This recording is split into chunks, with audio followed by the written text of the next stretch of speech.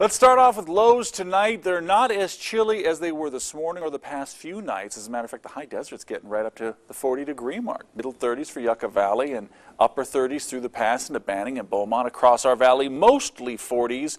Eastern ends of the valley, thermal this morning hit 31, probably 39 in DO. And you folks in Thermal and Coachella will see the temperatures come up 3 or 4 degrees or so for tonight. But high pressure on board means we're going to stay mostly clear and warm things up. Now, things are a little dicier out toward the eastern seaboard. As you can see, Mississippi, Alabama, Georgia just getting sloshed with this front pushing through the area. And on the backside, all that colder air, which is sticking around through tomorrow and probably the end of the week into the start of the weekend. The cold air is not going anywhere. The wet weather will finally make its way offshore. So things will dry out a little bit better for tomorrow. This weekend, we stay dry. They stay cold. Throw in some light snow.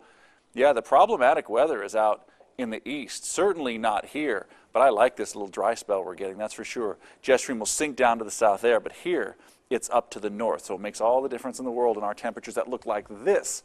So we'll throw in just the shot at some wind, certainly outside the valley, even better shot at some wind there. But upper 70s at times. Oh, look at that. Look at those numbers. I'm going to step off. I want you to see these. Don't want to block anything when they look this good.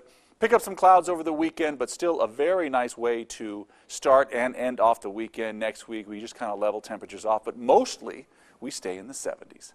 Back to the desk.